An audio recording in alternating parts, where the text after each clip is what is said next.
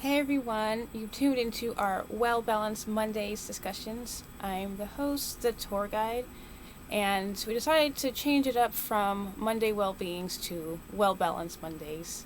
Something a little bit different, not so cliche.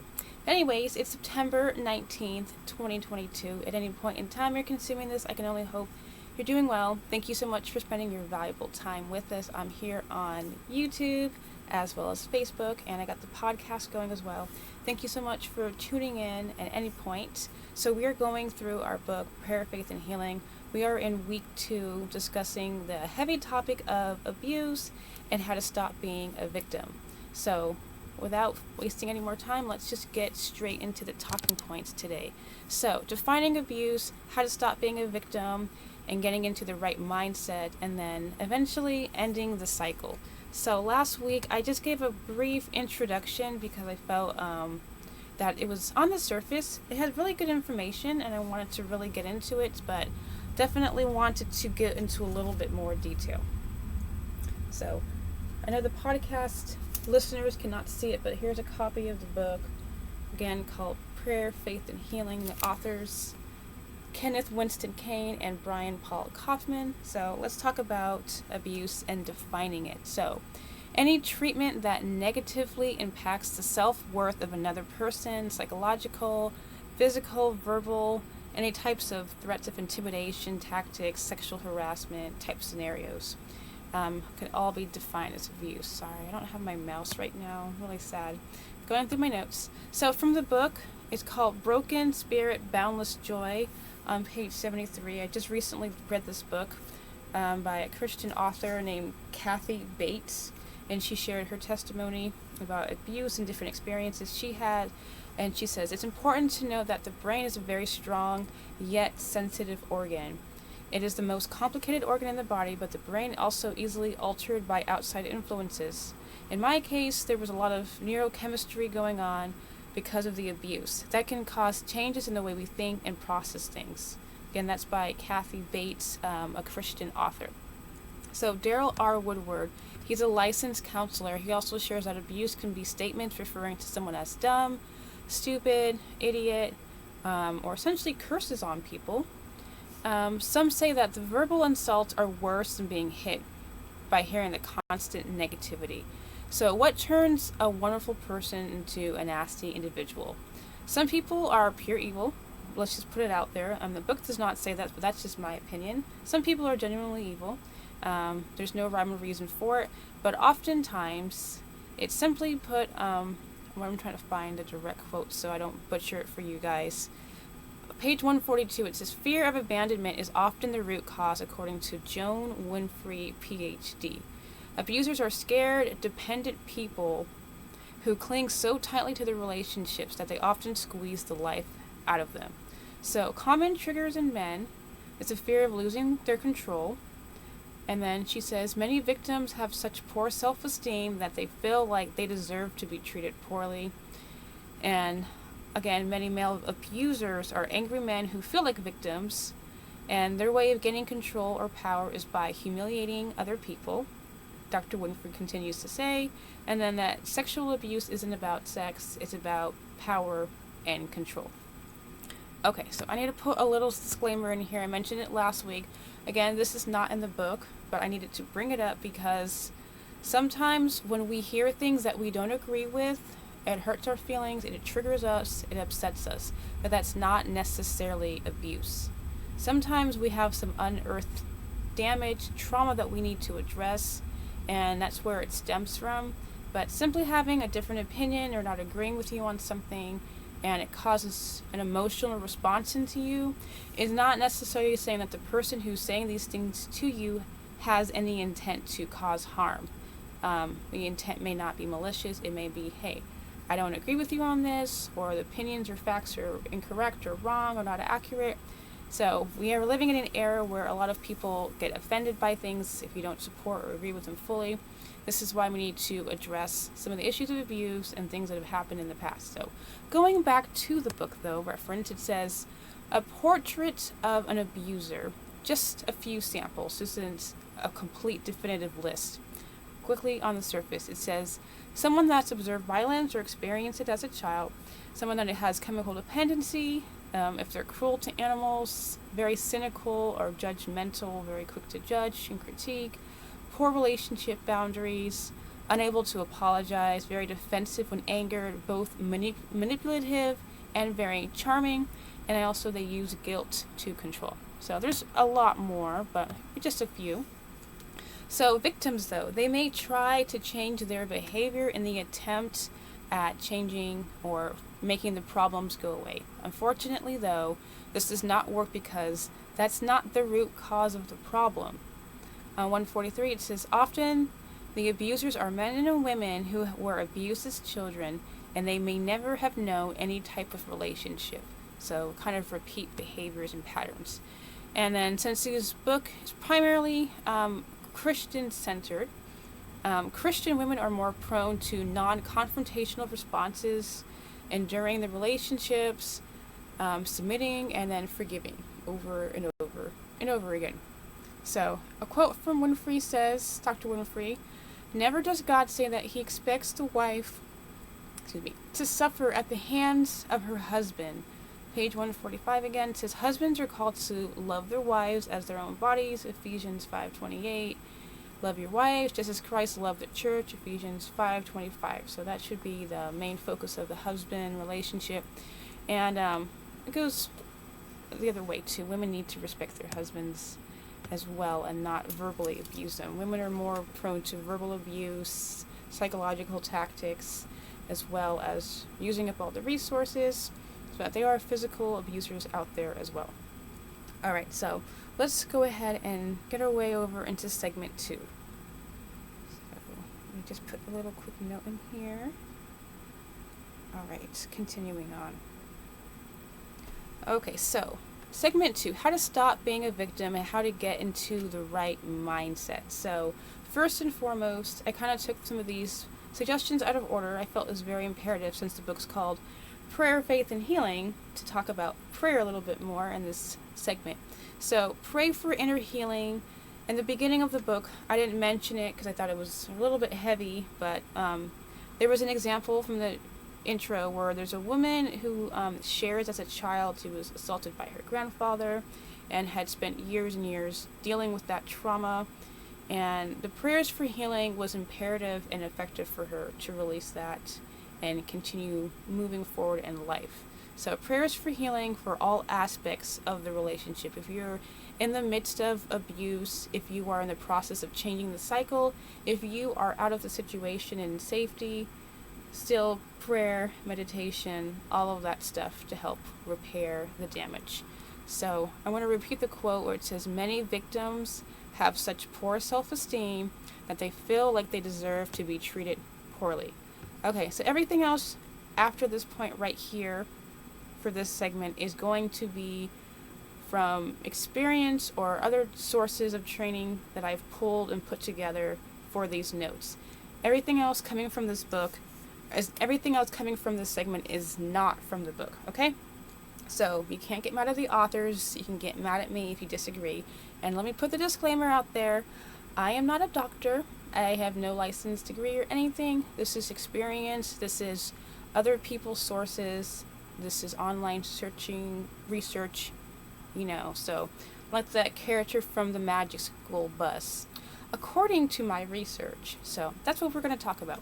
I have to emphasize this. Okay, so in order for the cycle to end, though, and changes need to be made, sometimes you'll need to, boost your self-esteem. Because they even said earlier in the book that many of these victims, people who are in the midst of abuse, they are so battered and their self-esteem is so damaged that they don't really see any point and purpose in trying to escape. They don't see any way of escaping. So there's battered woman syndrome, the trauma. It creates a changed brain chemistry. There is literal brain damage that has occurred, the tearing of the brain. So you have raised cortisol levels, elevated blood pressure, constant state of survival mode, anxiety, fear.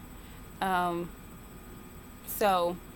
all of that together in a constant, perpetual state, it can create autoimmune disorders and again cause the brain chemistry to be altered and changed. You were experiencing like actual brain damage through severe abuse and trauma.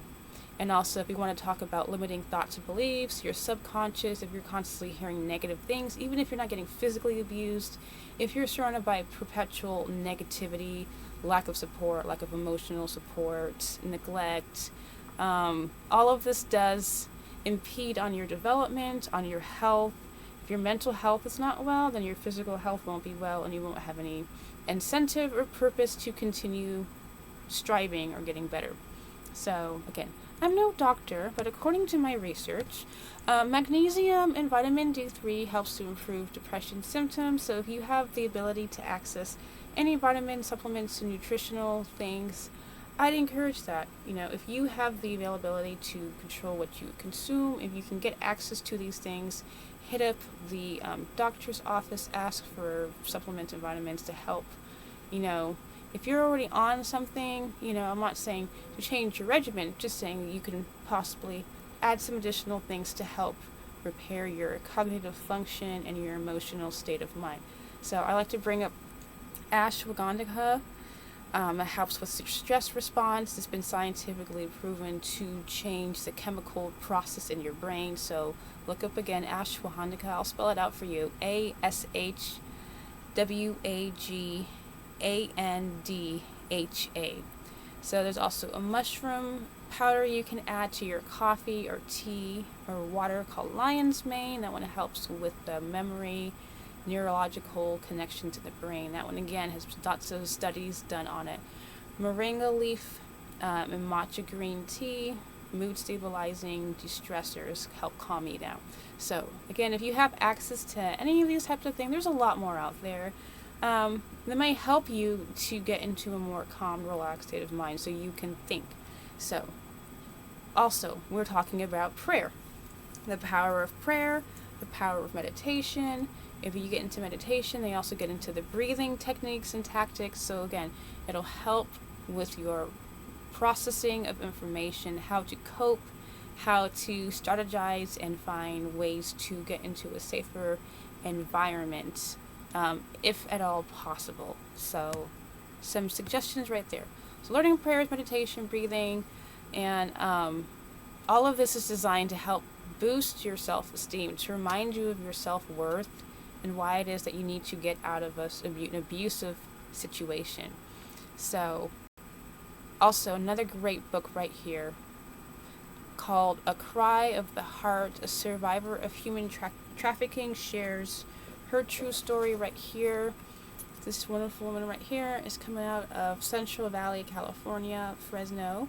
So Deborah Rush shares her story of surviving trafficking, and one of the motivations that she found when one of the first times she was able to escape and find safety, it was when she found out she was pregnant, and that motivated her to go and seek help and escape her circumstances. So if you have children, that's a contributing factor as well.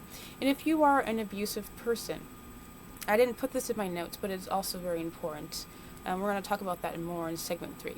If you are an abusive person, you have the history of verbal or physical or psychological, what have you, also, again, recommend that you try to get some more nutritional support to help with brain function, learn better coping skills, learn better breathing, meditation, and definitely prayer, and seriously get help.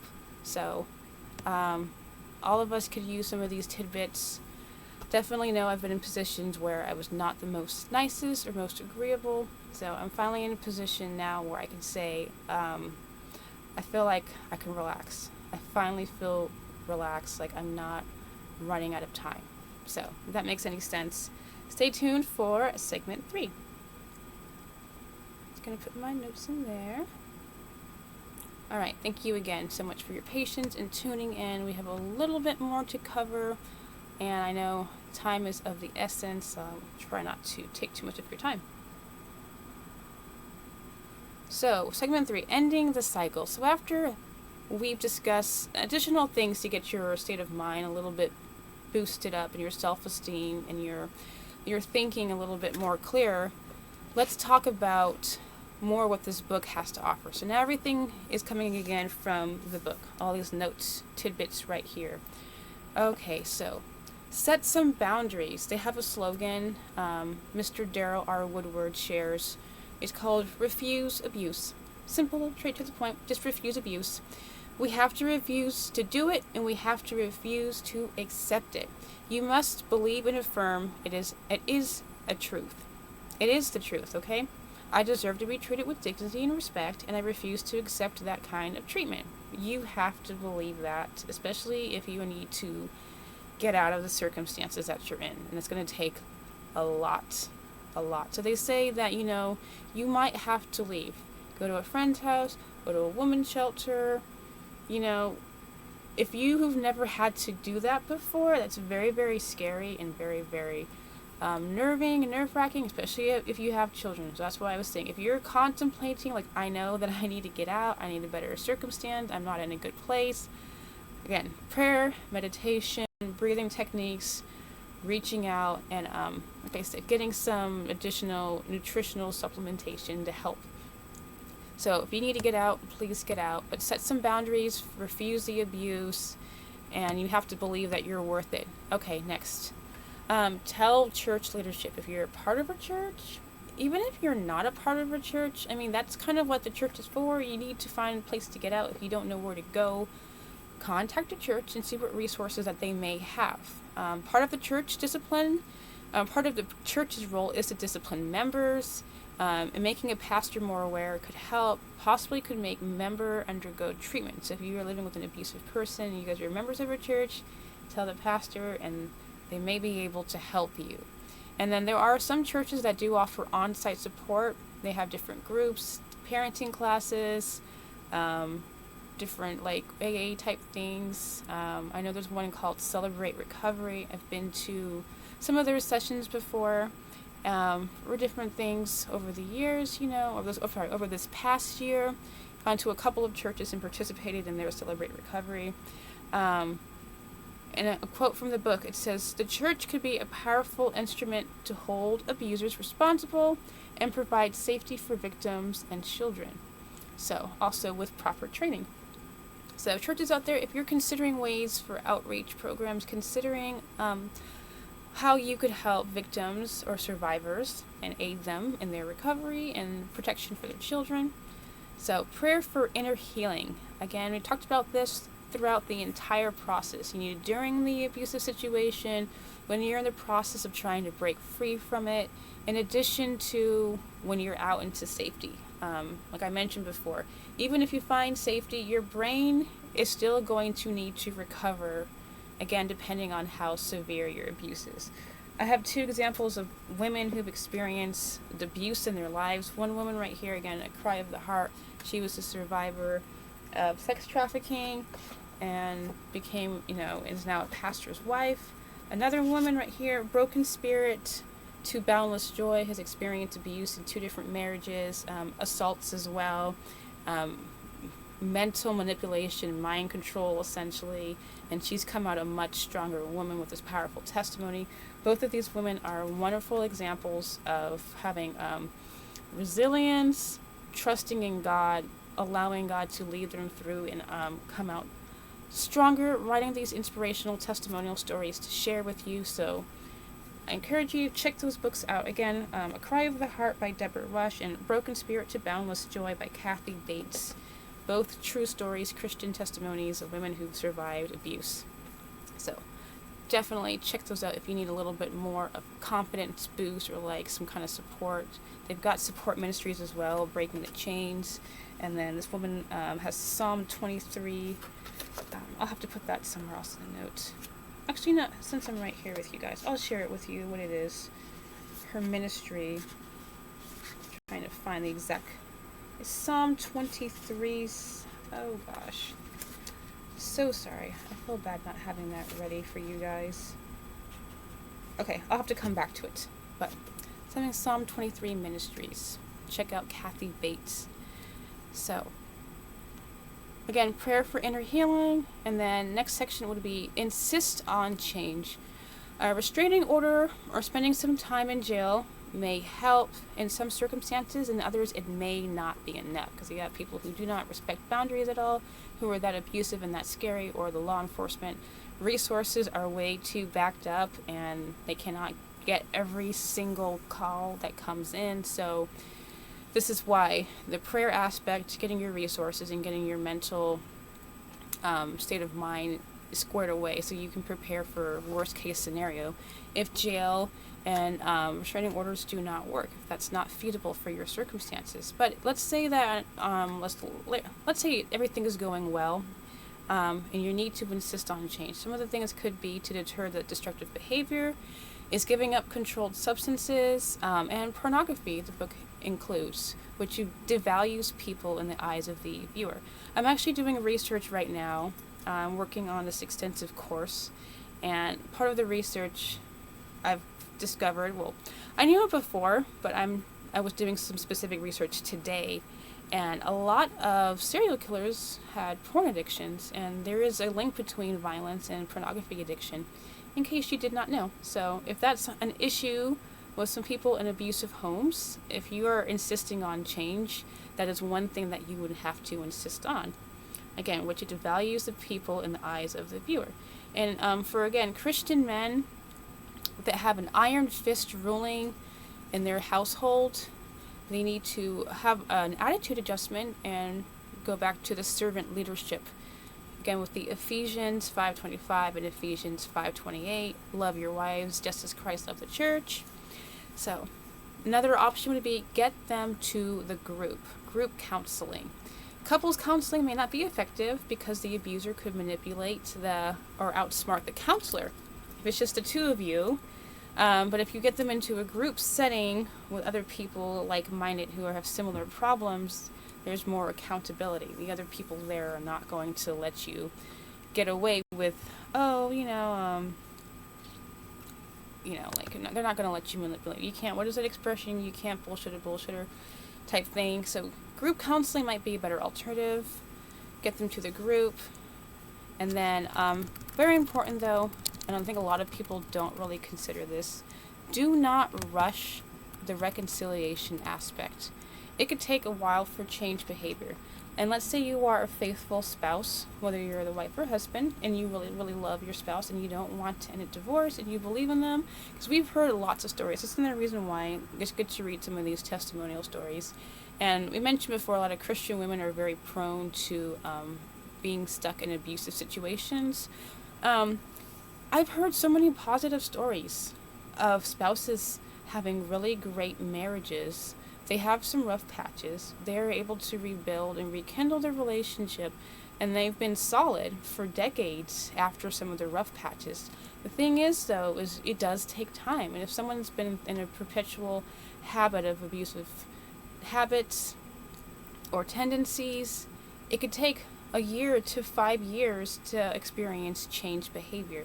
It could be a lot of relapses, a lot of going back and forth. So it's so crucial that if you are a loving spouse, whether you're male or female, to be very, very patient and to follow the Christian or your religious convictions, practices, which is to forgive and to forgive and to forgive. And believe it or not, there are relationships that survive after several failed attempts. And it's through the determination, it's through the selfless love, it's through the patience, it's through the forgiveness, the church support, community support, all of the programs out there that is designed to help families and couples rekindle. So it may be unfair, you may have to go through several years of bullcrap, but there are very, very positive and hopeful stories. So consider that, but don't rush the process. Realize, again, reading these books right here, these Christian testimony stories, realize it takes a while. It sometimes does take a while, but most of the stories I've heard, when the relationships are rekindled, they're very, very happy and so grateful that they were patient and they worked through it. Now they're so much happier. So let's get back to, very important, the forgiving aspect. Yes, the Bible commands us to forgive. Or in the words of Dr. Ziders, it says, hate the sin, not the sinner. you must keep that in mind, that some of the things that people are doing, if you want to get into the real spiritual stuff, it literally is, I'm just going to say, like, some of it is kind of a spiritual warfare. It's demonic. If you're taking in different types of controlled substances, you are leaving your body so prone to spiritual attacks and temptations. And we need to have personal accountability, of course, and, take care of our problems, get help that we need, seek the help, and get the help.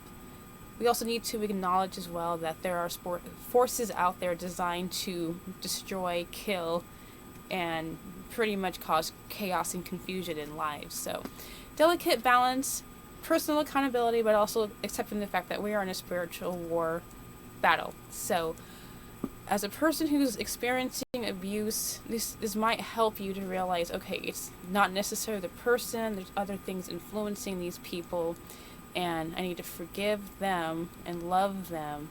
But also, if you are in a circumstance where you need to get out, please get out of that circumstance. Alright, so definitely consider counseling for your own personal healing. And then lastly, this might be a little bit depressing for some, think twice about reconciling. Sometimes it is too dangerous. Like I said, if people are overrun by demons, there are people who are just legitimately evil. The story right here, Broken Spirit to Boundless Joy, she shares a story about one gentleman in here, and he, I can comfortably say it sounds like that gentleman was plagued with demons, how he was able to get into their heads and control individuals. And it's very, very, very disturbing what happened. So I can encourage you to get a copy of the book, Broken Spirit to Boundless Joy. And her ministry is called Psalm23ministries.com. So that's Kathy Bates. And then A Cry of the Heart by Deborah Rush. She has her ministry, Breaking the Chains, www.btcfresno.org. So hopefully you guys got a little bit out of that. I think that's all I needed to touch on. I appreciate any person who's tuned in. So hopefully, if you are in an abusive situation, I will be praying for the viewers, anyone out there who needs some type of spiritual encouragement. If you're in an unsafe circumstance, people are praying for you. Keep praying. I wish I could offer more than just, here, try this, or hey, take this. But prayers, we believe in the power of prayer of the Holy Spirit, and that's why we're going through the book Prayer, Faith, and Healing. So with that, I've been your host, the tour guide, Jenna Kier. So thanks for tuning in, and as always, God's peace.